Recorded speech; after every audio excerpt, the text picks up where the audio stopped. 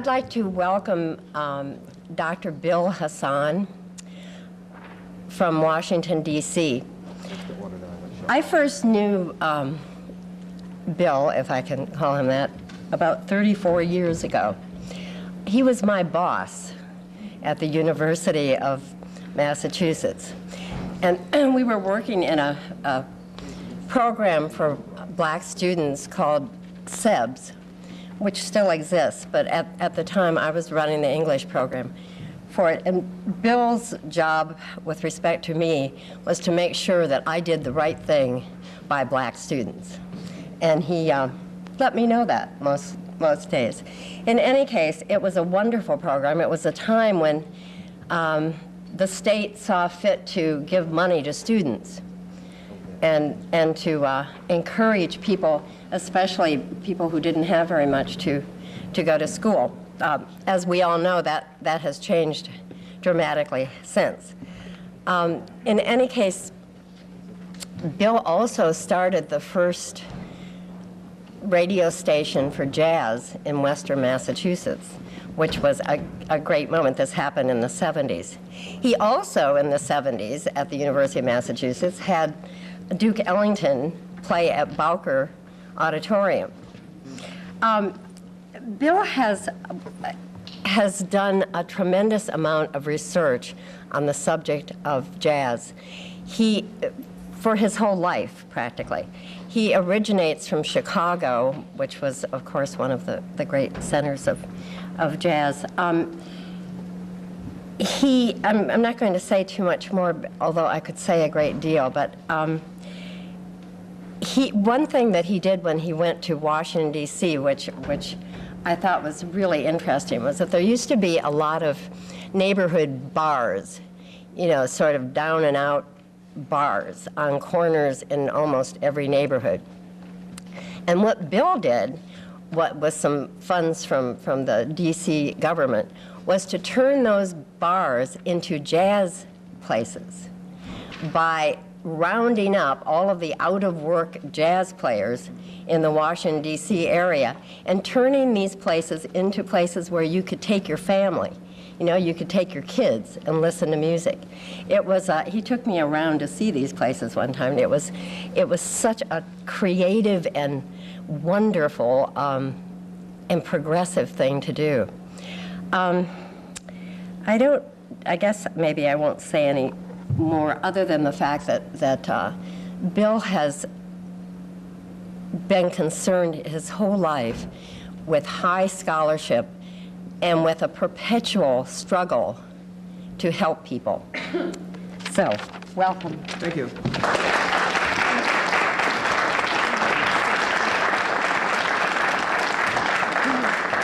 Good afternoon, everybody, and thank you for inviting me. For the next 40 minutes, we're going to go very fast because what I normally do in 3 or 4 hours, I've got to compress it down to about 40 minutes.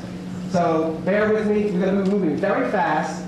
And for the first maybe 4 or 5 minutes, everybody will have pretty much an overview of where we're going. So if you want to go to sleep after that, you're welcome to go to sleep. But I will give you an overview. I've asked Merle to be my timekeeper. So every 10 minutes, you know, if I don't catch her eye, she may give me some kind of signal. It's not like anything's happening with her. That, you know, so let me know that segment is up, and I should move on to the next segment. Because I do want to give you 4 very important areas in Duke's life where you really have a comprehensive view of this genius and this man who for 50 years, over 50 years, had a band on the road and who wrote over 2,000 compositions and who made a tremendous contribution to the compendium of American music. But before I start, I want to say something about the fact that I'm very happy that this is probably the 3rd or 4th year that I've been invited to a community college.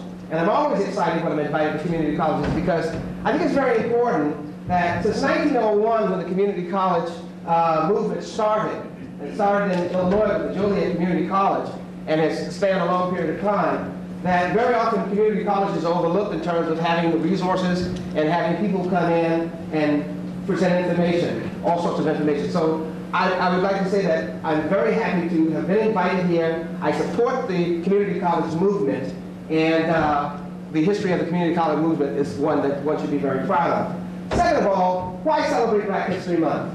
I've been speaking most of the month, and people say, well, you know, why celebrate Black history? Well, I say, we're not only celebrating Black history, but we're celebrating white history. In order to celebrate Black history, we have to talk about white history at the same time. Because for a very long time, and certainly during the careers of Faith and myself in the 60s, where we fought against a movement where actually colleges and universities did not want to have a diverse view about how do you approach education. Many ethnic groups were left out. Information about ethnic groups were left out. So I think the important thing for people to understand is that when we have Black College, when we have Black History Month, that it's just not celebrating Black history, and I'll demonstrate in this lecture, that we're celebrating also the relationship that white people had in the making of Black history. And third, I'd like to say that you will see things and hear things today that you probably will not have an opportunity to see or hear in the researching of the life of Duke Ellington. What I've done is I've gone to the Duke Ellington Society, been a member for a long time, and I've also had an opportunity to travel all over the world and see vast collections and collect information. I knew Duke Ellington, had an opportunity to talk to him, and I've interviewed people who are still alive that played in those bands. So you will be getting some very primary information, you will be getting some primary visual information, and you'll also have a very comprehensive view about Mr. Ellington and what his contribution was. And what you see here is a picture of Duke Ellington when he was 4 years old, very resplendently dressed. And what I will do is do an overview first of all. But prior to doing an overview, let me just say this. The one thing that you must understand about the Ellington Band and its innovation to the music was two phrases. And if I don't give a very good definition of them, I'm sure that after I leave, Eugene can give you a more proper definition. But the Ellington Band created something, or used something, which was called cross-phrasing. And cross-phrasing along with cross-voicing. You say, well, what's cross-phrasing and what's cross-voicing in terms of what the orchestra does? Traditionally, the orchestra, when they had a score in front of them, various sections of the band would simply play that section, and there would be very little room for improvisation, comic turn, essentially what have you. What happens when even before the Ellington Band comes along, it happens down in New Orleans, is what happens, Ellington looks at the band and says, I'm going to do several things. One is, I'm going to write music for instruments, individual instruments, that relate to the style of that artist. So he would listen to an artist, he'd listen to somebody like Johnny Hodges or Bubba Miley, or he would listen to Arthur Wetzel or anybody in the band over the years, and what you have is you have a band where when somebody got up, when Jimmy Hamilton got up and played a solo, or when Jeff Castleman played something on the bass, he wrote individual notes for that individual. And when you look at the Smithsonian and look at the Ellington collection, you will see a person's name written down where he writes for that individual in terms of the solo. The other thing that happens in the band is that in the true African tradition, he has what's called call and response. And you will find, and I'm looking at you as an orchestra, and he would have different sections talking to each other.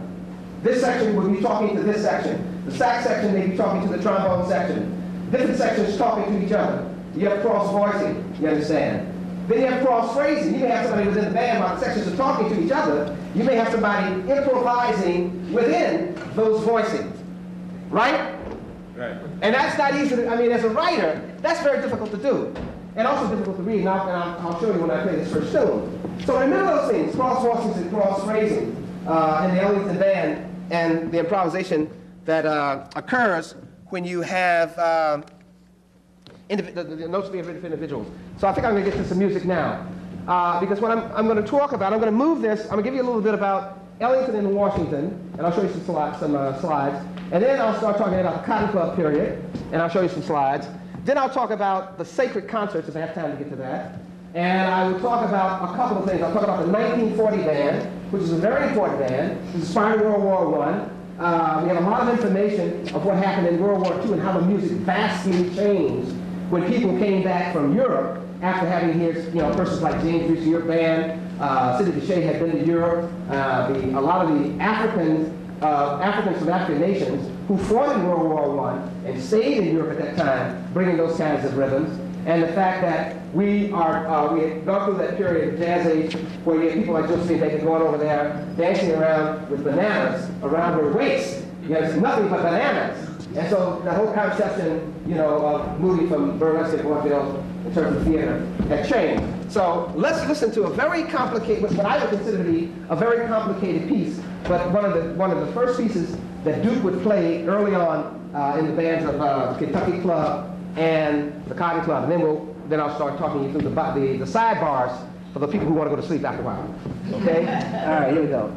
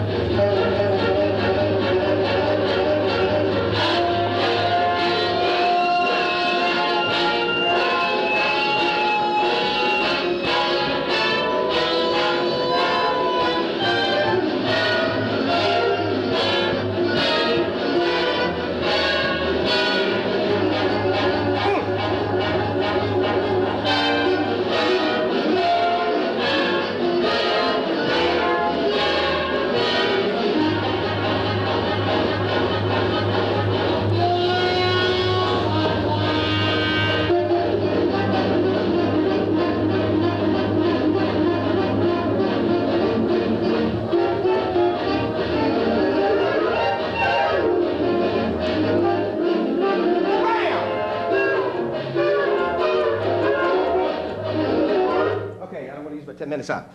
But that's what you're hearing. You're hearing that concept. I mean, that music now, I heard the Smithsonian Jazz Masterwork Orchestra try to rehearse that tune. And David Baker, who's out at the Indiana University, he said, listen, just play it the best way you can. I mean, this thing was written in the 20s, and here we are in the 90s, and and these musicians were 18, 19, and 20 years old. Very young band. That was a very young band. All right, now we'll go through the overview. Duke Ellington was born April 29th, 1899. He died May 24th, 1974. Now, he was born in Washington, D.C., and he started booking bands very early. What happened, he was working for this guy, and this guy says, okay, Duke, this is what I want you to do. I want you to go around and play in these various bands. The guy would advertise this band, the band would be called whatever, and you play 5 minutes here, and then you go, I gotta go to the bathroom. So you go to another club, you walk in, you play at that club for about 5 or 10 minutes, then you go to another club. So Duke says, well, shit, I can do this myself. Why am I gonna work with this guy? So what happens is that Duke goes out and starts booking for himself. He creates a band called the Serenaders, and he starts playing around clubs in D.C. As a matter of fact, on Saturday, I was giving this guy a tour of a building that was built in 1909, where they had all the dances in Washington. And Duke, okay, 10 minutes. Okay, here we go. Duke's mother, this is a fast forward. Yeah. Duke was the second child born to his mother. When the first picture that I showed you was Duke at 4 years old, very elegantly dressed.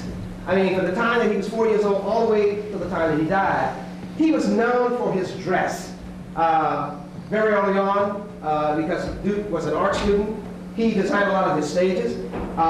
He made sure that when the band was presented in a very elegant way, always elegant, and so they started calling him Duke. And his mother loved him so much that after having lost her first child, she would not allow Duke's feet to touch the ground. Now that would have a profound effect on Duke because there was a presentation that was given several months ago at Rutgers University, the Rutgers Jazz Institute, by a psychiatrist who had looked at the life of Duke Ellington and examined the relationship that Duke had with his mother. And his conclusion was, I suspect as some young people do, is that you really don't think that your parents are ever going to die. You can't conceive of your parents dying. And so you, and my friend Charles Kearney, who's a psychologist, has confirmed this. A very fine psychologist, as a matter of fact, right up the room in Pittsfield, is that he imbued so much love in his mother that it became a devastating effect upon him when he died. And he wrote a tune called Reminiscent in Tempo.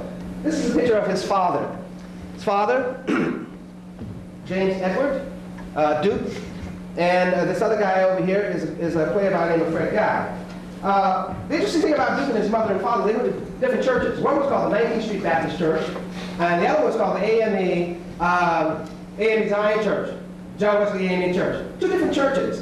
And when you look at the hymnals in those churches, you will see that, sitting there every Sunday with the mother listening to the hymnals in the AME Church, and then the father listening to music played in the 19th Street Baptist Church, Duke really gets a very good sense of the balance, and it'll come out much later when he starts doing the sacred concerts.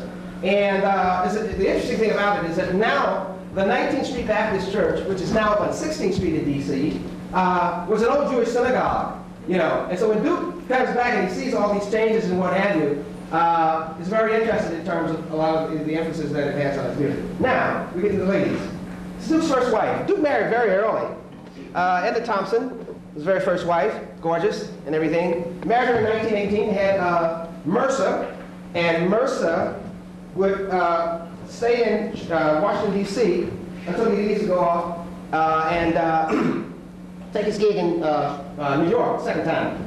This is Doc Perry. These are some of his influences. Now, the interesting thing about these influences that I'm going to show you, that's Doc Perry, who was one of his music influences. This is Louis Brown. This is a guy who studied in a conservatory, could play anything you want on the piano, classical music and what have you. And he was a very great influence on Duke at the time, and also told Duke about how to present himself in terms of dress. This is another one of his influences, Henry Grant. And during that period, when you look at the history of these conservatories, there was very little place for blacks to go who had studied in these conservatories. But Duke picked up all the influences of Washington, D.C., both the top strata and the bottom strata. Where he was born on Ward Place was what was at that time called DuPont Circle. Now, there's a whole story about DuPont Circle, which I don't have time to tell you about now, but at any rate, there were a lot of embassies around DuPont Circle. And if I had the transparent, I could show you, I'll tell you. When you look at the city directory in Washington, D.C., you will find out that the family moved almost 2 or 3 times a month. I mean, it shows the father living at this address, the father living at that address. Sometimes it shows the father having 2 addresses at the same time because he was working 2 jobs. But the place where Duke and them lived on Ward Place, his father worked as a butler. And he also had spent some time in the White House working as a butler. So very early on, he finds out about the graces of how you handle China and how you deal with manners. And he used to go to work with his father. And so people are saying, well, this guy's part of the upper crust of Washington because he knows all the things that he had learned at a very early age. This is a guy that had a very great influence on Duke and the band. His name is Sonny Greer. Sonny came from Jersey. He had got a gig in D.C. He came down, and Duke says, trying to form this band called the Washingtonians, or the Serenaders. And so Sonny says, and I may have some of those pictures showing the setup for those of you that are percussionists, where Sonny had bells and all sorts of percussion instruments, where it really looked like he was an orchestra in and of himself. And so Duke really wanted to project that image that the band itself could be seen as doing a lot of things. Now, this is a band called the Washingtonians. And these were some of the earlier people that were in that band. This guy says O-T-T-O. Now, what is O-T-T-O? How do you pronounce that? No, he doesn't pronounce his name the way. He pronounces his name Oto. And so every time I say, this is Otto, I know my name is Oto. So he was one of the early members of the band. And this was the band that would go down and play, the first bands that would go down and play at the Cotton Club and at the Kentucky Club. Now, what we find very interesting, let's see what this is. That's another DC band. And you can see the instrumentation. The early band would have banjo, drums, and the 2 ladies there, and of course Duke. That would change when he brings the guitar to the band. But the transition is made after he leaves the Cotton Club, because what happens is, when I get to the Cotton Club, which is a very significant period, and what it meant to the music at that time, and how Duke had to make that transition go. I brought this picture because I really wanted to show you that even though the music was moving from vaudeville to what was going to start happening during the Prohibition time, that a lot of the actors presented themselves without cork. This is Burt Williams and George Walker. They had a group called Williams and Walker. And they were a great vaudevillian act. As a matter of fact, Burt Williams has a very famous piece called I Ain't Got Nobody. And ain't nobody loves me. But he said, I wanted to start performing now without corking up. And if you see a movie called Bamboozle, you will see actually how the cork process operates. It's where you take a cork, you burn the cork, you chip it up like that, you put a little grease and stuff with it, and then you spread it on your face. Now, the first people to do this were white people, because there were white people who were trying to imitate black people. Then black people said, we'll cork up too. Then you had black people imitating white people who were imitating black people. So, as a matter of fact, when I was in England, somebody says, you know, white people have been corking up for a long time, because Othello was performed, you know, the first time Othello was performed, he had to cork up. You know, so it's nothing new to the theatrical world. Bam! Got it. All right. So we leave D.C. and we go to the Cotton Club. Now, the Cotton Club was a club in New York. They had what's called the Volstead Act. That was his congressman named Mr. Volstead of Minnesota. He says, you know, people drink too much liquor. You know, the world, and they have the temperance movements. As you travel around the country, and you'll see a lot of statues, especially in places like Indiana, Illinois, that little belt in Ohio, and a lot of them in D.C., where they had these what was called temperance movements. And they said that, you know, people were drinking too much alcohol, you know, they were beginning to be too lascivious. But what they didn't realize is that people were ready for sensuality and sexuality. That's right, the two big S's, the S&S Club. So, I mean, something different today, I guess. No, it's called S&M. But at any rate,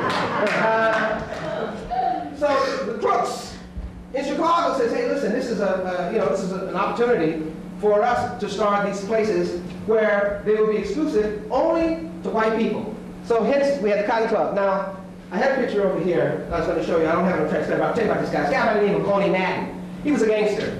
And some guys owed him some money. They didn't pay him the money, so he killed them. But he went to prison. But he had heard about the fact that white people were ready for black music, and white people were ready to start dancing. There was a group called Vernon and Irene Castle. Some of you may have heard of them. And they were very good in terms of teaching all sorts of dancing. This is before Arthur Murray. And so they really wanted to convince the store owners of the nightclubs that it would be all right to have a white nightclub uptown, only where whites could come, but you would have black entertainment. You would achieve two things. One is that white people would be able to hear the best in jazz music, the best in black music, but they would also have an opportunity to keep the stereotypes in their head alive. That was the insistence on the part of the people in New York. You know, is that they wanted to keep these stereotypes, and they wanted to see black people in a very exotic way.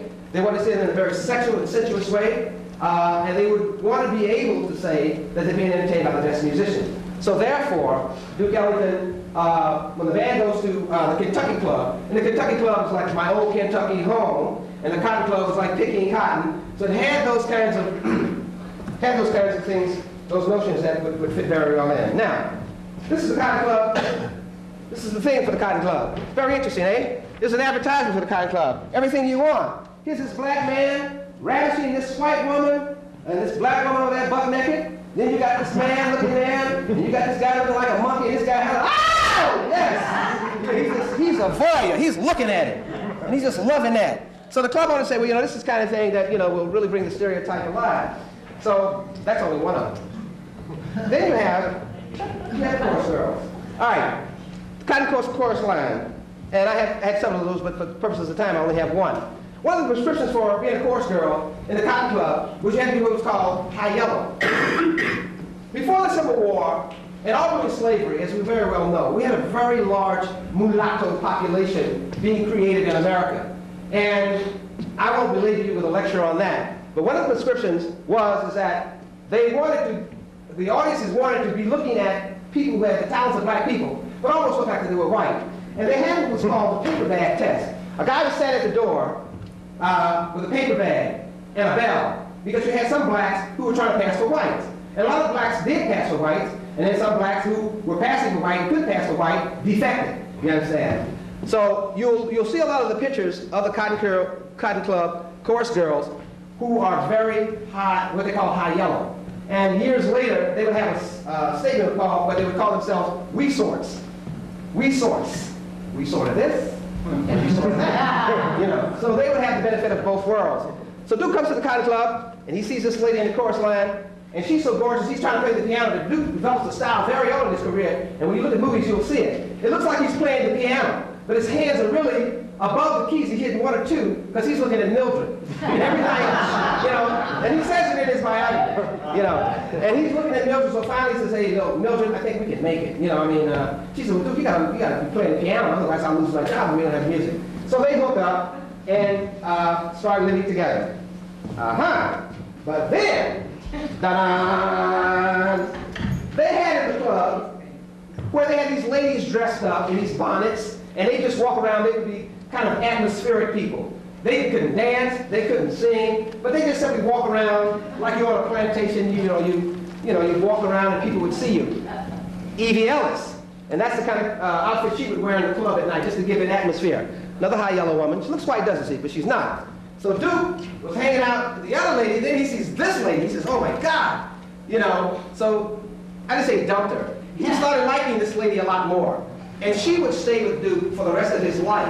And when you go to Woodlawn Cemetery up in the Bronx, she is buried in the plot with Duke. You know, they double grave a lot of the plots up there. If you get a chance to go to the Bronx in New York, Woodlawn, you really need to see, the Duke Ellington grave site. Now, the interesting thing about that, I'll make a diversion, is that here's Duke's grave site here. And you look across the street, and you see this big piece of granite about the size of this whole section here, raising about 6 feet high. And you see this name on it, and it says Sir Miles Davis. I mean, in fact, when I went out there, I couldn't find it. They said, well, it's right across the street from Miles. And I saw Miles, and then when I saw Duke's, Duke's is much more landscape where they're dealing with vegetation. Now, we get to this guy here. Very important. How we doing? All right, here we go. Now, Irving Mills partnership. This is a very important turning point in Duke's life when he meets Irving. Irving's a very interesting kind of guy. Irving and his brother used to run a music publishing business, and Irving got his jobs singing. You know, when you walk into these stores and somebody say, well, that's some sheet music, they say, well, sing it, let's see what it sounds like. So all day long, Irving would simply sing songs, sing songs, sing songs. Then in the evenings, he says, okay, what I'll do, because this is the very beginning of movies, silent movies and everything, he'd go and sing at theaters. So you hear this voice coming from the crypt. Yeah, right. Oh, 10 minutes. Okay, I'm going to give myself an extended warranty. So Irving meets Duke, and they stay together between 1926 and 1939. The things that Irving, is important for Irving and Duke's relationship is that Irving knows publishing, and Irving knows broadcasting, and Irving knows traveling. Keep Duke working it all the time. And what he does was, this was at the very beginning of radio broadcast. And in fact, some of the photographs that you'll see in the books, it'll show these bands being broadcast. The automobile was very new at that time, and people were doing traveling. They wanted to start hearing music as they traveled across the country in terms of whatever roads they had. And Irving understood that very clearly. So what he did, he says, okay, if we're going to be playing at these clubs or what have you, we will have Duke's music broadcast and then ultimately recorded. And so they had a partnership. When the first contract was signed, it was 50% for Irving and 50% for Duke. And that partnership lasted until 1939 because at that time, there was a lot of agitation in the black community about musicians and black people in general being ripped off. And they said that Irving Mills was ripping Duke off, taking 50% of it, and so that relationship resolved. I must say something else that's interesting about Irving. Irving was one of the first producers who would record integrated bands. And that was unheard of, you understand? Well, he was doing it because he was making money, and he says, well, listen, if you don't like what I'm doing, talk to Oni. So when you say Oni Madden, people say, well, I don't want to be dead. So he had some protection along the way. So that's Irving Mills, very important person. Irving lived to be about 92 years old. There were a couple of Broadway plays that came out. And one of the things I think is important to look at, and Eugene can, of course, elaborate on this at some point in the future, and that is that a lot of musicians were not aware of the publishing, the idea of when you publish a tune, whose publishing house would it be in? Because once it's in somebody's publishing house, they get the royalties, right? And so Duke was, Duke was producing all this stuff. Irving said, well, just put my name on it, it's 50-50. So a lot of tunes that you will hear may have been written by Duke, may have been written by Billy Strayhorn, who I'll talk a little bit about, because that's another story. He's still getting the royalties from that. All right, let's move on. Cotton Club. Let me just say this. When Duke went to New York, there were a lot of people on the scene, and I'll mention several of them. I'll mention a guy by the name of Willie DeLine Smith, who was a hell of a piano player. There was a guy by the name of Will Marion Cook, who had done a lot of Broadway plays. There was a guy by the name of Paul Johnson, who had the choir thing, who was dealing with black choirs at the time. And also he got an opportunity to talk to and see people like J.P. Johnson and what have you. So he had a real definite influence on his music. And when you listen to the sweep of Duke's music, you will start hearing those influences. Now, if I get a chance to get to the Newport Jazz Festival, you begin to hear that in a tune which is called Diminuendo and Crescendo in Blue, where a lot of those changes and a lot of the chords that you're hearing are tunes that Duke wrote in the early 20s. All right. Now, let's go and start looking at the movies. Duke in the movies, all right? Duke was involved in several films. I would say more than several films. But the thing about the films are that Duke wanted to make sure that he was presented in the most dignified manner. He was concerned with race, he was concerned with class, and he was concerned with gender. He wanted to establish early on, and what Irving said, listen, I want Duke presented in the very possible light. And one of the important things about that is that throughout his career, he will always be presented in a very positive light. We'll look at it about a minute and I'll take the storyline.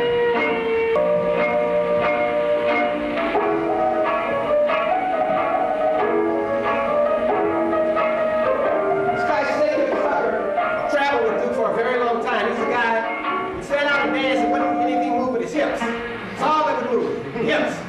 Snake Tucker. This is called Black and Tan. And Black and Tan is very important because Duke was very aware of the race issue and the idea of various colors of black people and various shades. And so, one of the first movies is called Black and Tan Fantasy. And what this movie will depict is showing race, class, and gender. And the movie is about a lady who wants to perform at a nightclub, but she's thinking that it's not supposed to perform. And Duke is writing a tune for her. And in the change here, they will show some very lower class people who come in, and Duke wants to show the contrast using black people, what happens here. Now, the story is that Duke is presented as a composer. That's what he wants. I want to be presented as something very professional, as a composer, as an arranger. The other thing is that the trumpet player is using some of the jungle sounds. It would be Bubba Miley and it would be Arthur Wetzel who would give you that growling jungle sound on the trumpet. Of course, some of the trumpet players will do it later on. So this little composite here deals with Duke being presented, showing, creating a new composition, and the fact that he's composing and arranging. Okay, now just fast forward just a little bit. Oh, no, here we go. This is all right, now these guys here are supposed to represent the bad side of black people. And I'll just let you hear one joke and then I'll go into something else. Now, they've really this piano, they're behind on the pavement, so these guys get ready to come and repo it. They're getting ready to repossess it.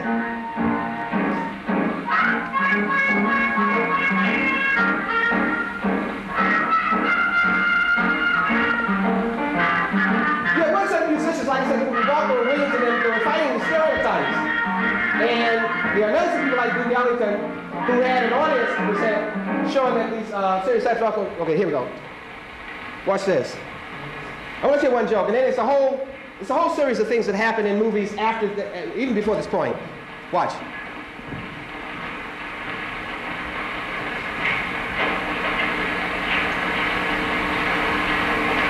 This is the place, but wonder which one of these here numbers is here. Ain't it on the paper there? No. Well, it is then. These here numbers don't give me a whole lot of trouble. Well, we better hurry and get that piano out here. But the boss says wants to be back at the store. It's 4 o'clock. What time is it now, Action? Let's see.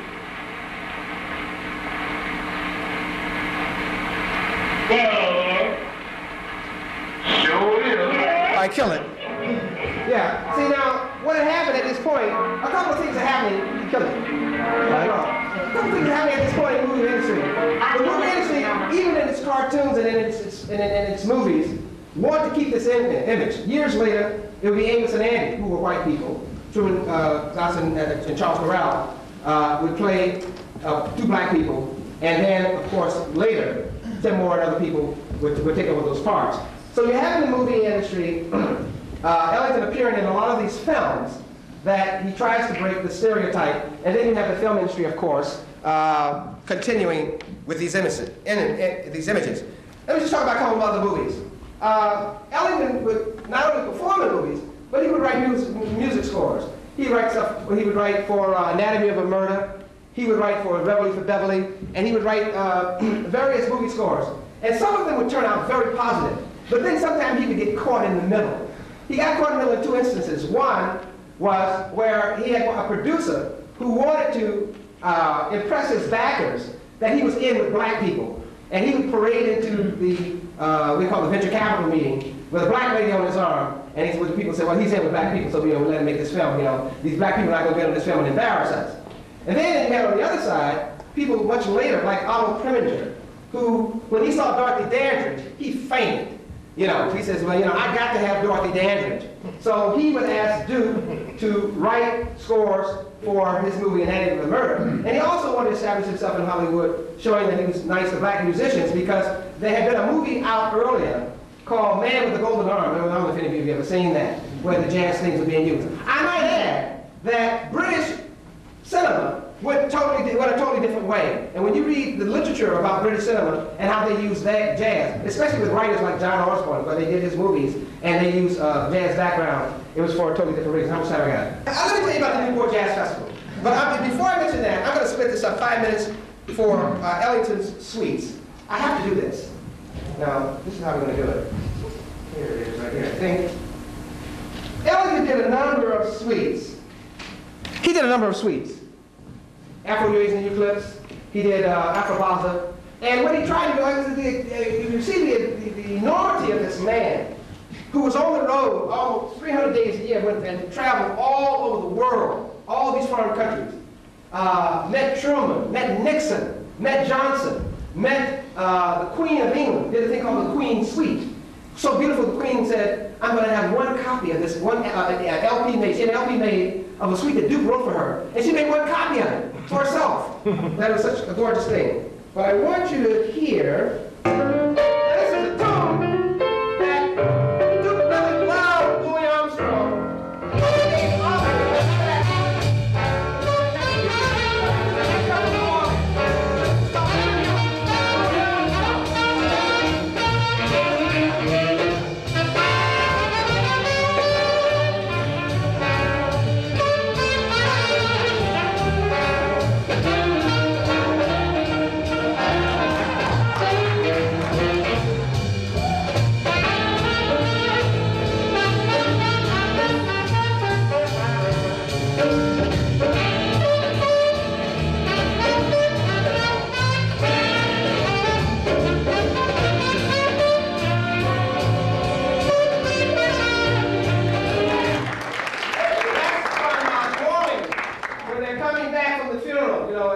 Dear my God, today when they come back up, the last lap, they are able to do that. Now, 5 minutes.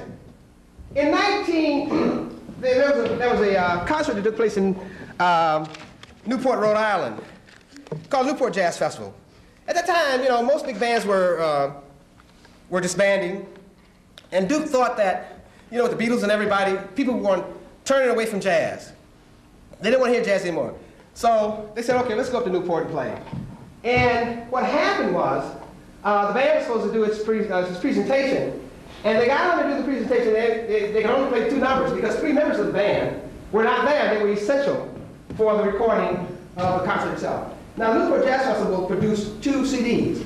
The first one that came out, people thought that was the concert.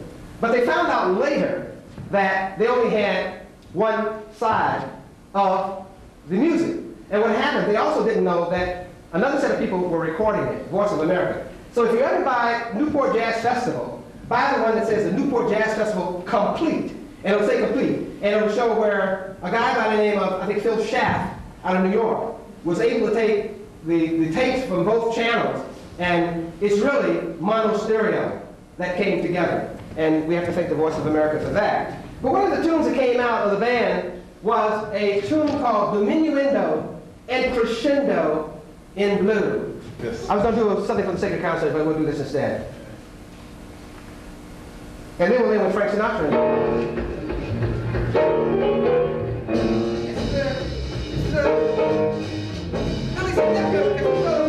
Swinging. Swinging. That's one of the things about this band. Always swung. Always swung. Always swung. Swung. Yeah. Number 21. I got to let you Frank. You know, and Frank is very significant, not only in the music, but, you know, Frank is a friend of the music, period. And then we'll end with 23. That's it. I like the sunrise, This is the Ellington Orchestra. What year? This is about... 'cause it brings a new day. And then Duke would also, I mean, Mr. Sinatra would also record with the Duke I Ellington like a Band, new Count Basie Band. All right, go to 23. All It brings new. right, now this is Duke's signature piece. And this is Take the A Train. This is like Daybreak Express, what I played earlier. Duke always had to sing about traveling. He was on the road all the time. Even when doing segregation, Duke had two Pullman cars. That his band traveled in, and when they got to these towns where they couldn't find places to live, they would be off on the side. And for many years, they had their own Pullman cars. But this is the piece that ended up being a signature piece. Take the A Train. If you ever want to get to Harlem. How we got? How we doing? Is that it? Okay. All right, play 20 for me. 20. Yeah. Number 20. All right, I think this is very important for international cooperation. There was a lady by the name of Alice Babb, Swedish lady. When she was 7 years old, Duke appeared in Sweden, and she walked up and handed her some flowers. Little did he know that she would go off to the conservatory and come back and sing the Duke Ellington Orchestra. And this is Alice Mrs. Drum, after having gone to the conservatory. Gorgeous voice.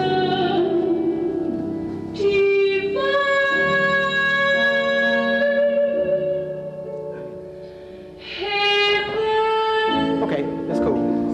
All right. All right. So I hope you've had an opportunity to at least get a small view of Mr. Ellington's life. Thank you for inviting me here, and we have to grab it one, right?